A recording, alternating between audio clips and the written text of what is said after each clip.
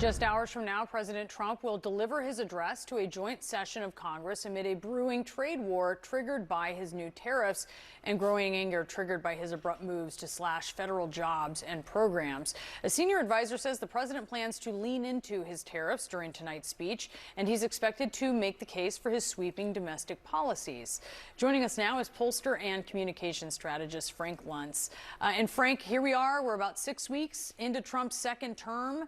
What are you hearing from voters? Well, I'm going to be watching tonight for how disruptive Congress actually will be. We've seen occasions when people have shouted out or walked out of a Trump speech. The same thing happened with Joe Biden, and it's not civil. It's not decent.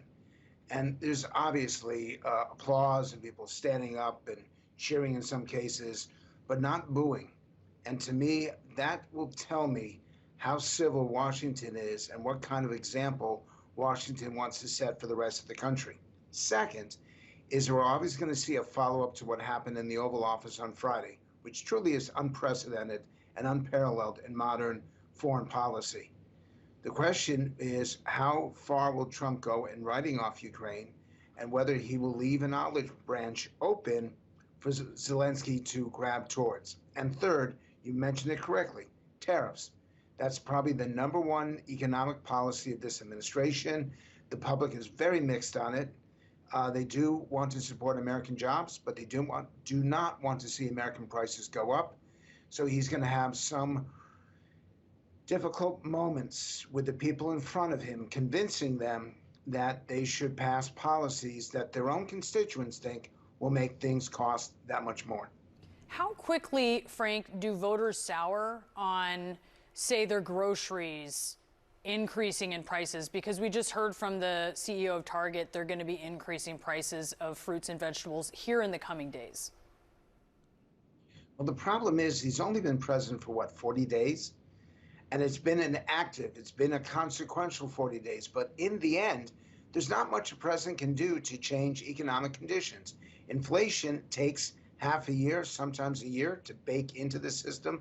And usually it takes more than a year to get it out of the system. Donald Trump probably wants to get credit for everything that's happening that's good and wants to shift the blame for everything that's bad on the previous administration. The fact is, inflation has been baked in now for years, and it'll take years for it to go through the system. That's why you have to be careful what you promise, and you have to be careful about expectations. The goal is always to lessen what the people expect and then deliver more. If you can exceed expectations, that's a successful presidency. And President Trump has raised expectations really high. So NRCC Chair Richard Hudson urged Republican members not to hold in-person town halls in the future here, in the near future, opting instead for virtual ones because, let's play it, these are the scenes that have been playing out.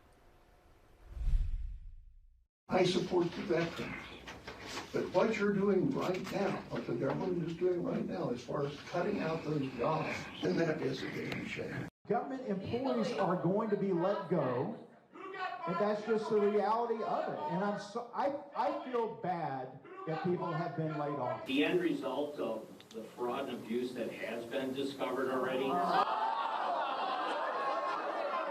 He's getting rid of the DEI. When you talk about tyranny, when you talk about presidential power, I remember having the same discussion with Republicans when Biden was elected.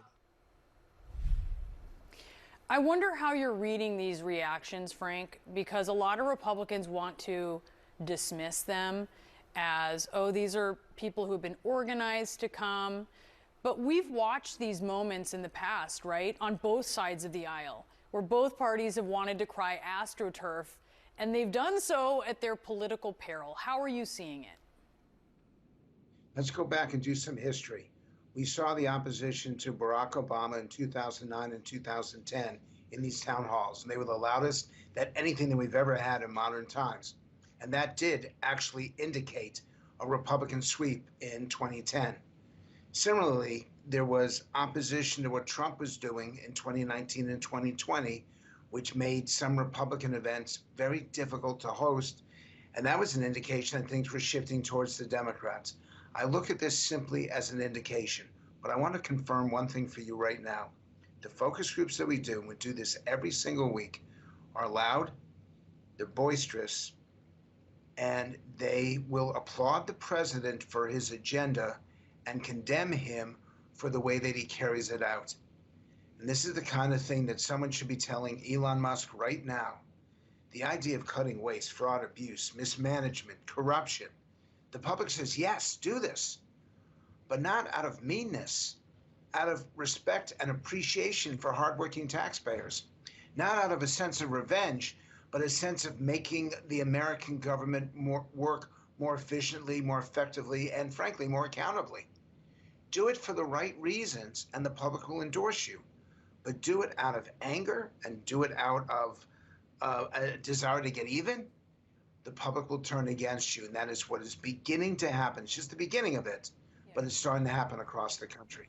I heard that from a fired veteran that I spoke with from the Midwest who voted for Trump, still supports Trump, does not like, to your point, the way these things are being carried out. They feel arbitrary to him.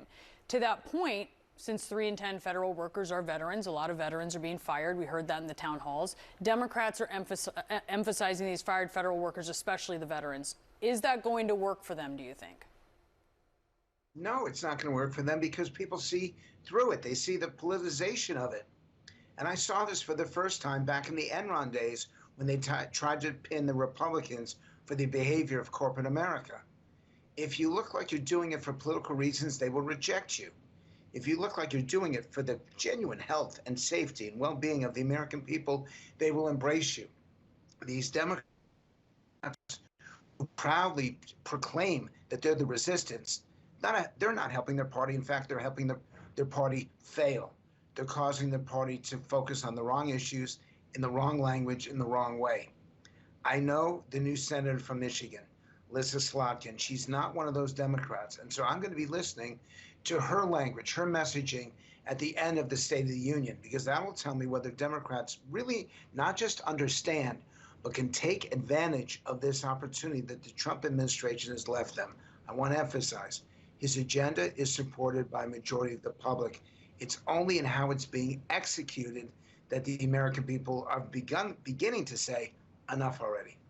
Yeah, but that in itself, very significant. Frank, thank you so much. Really appreciate you. Thank you. Appreciate it.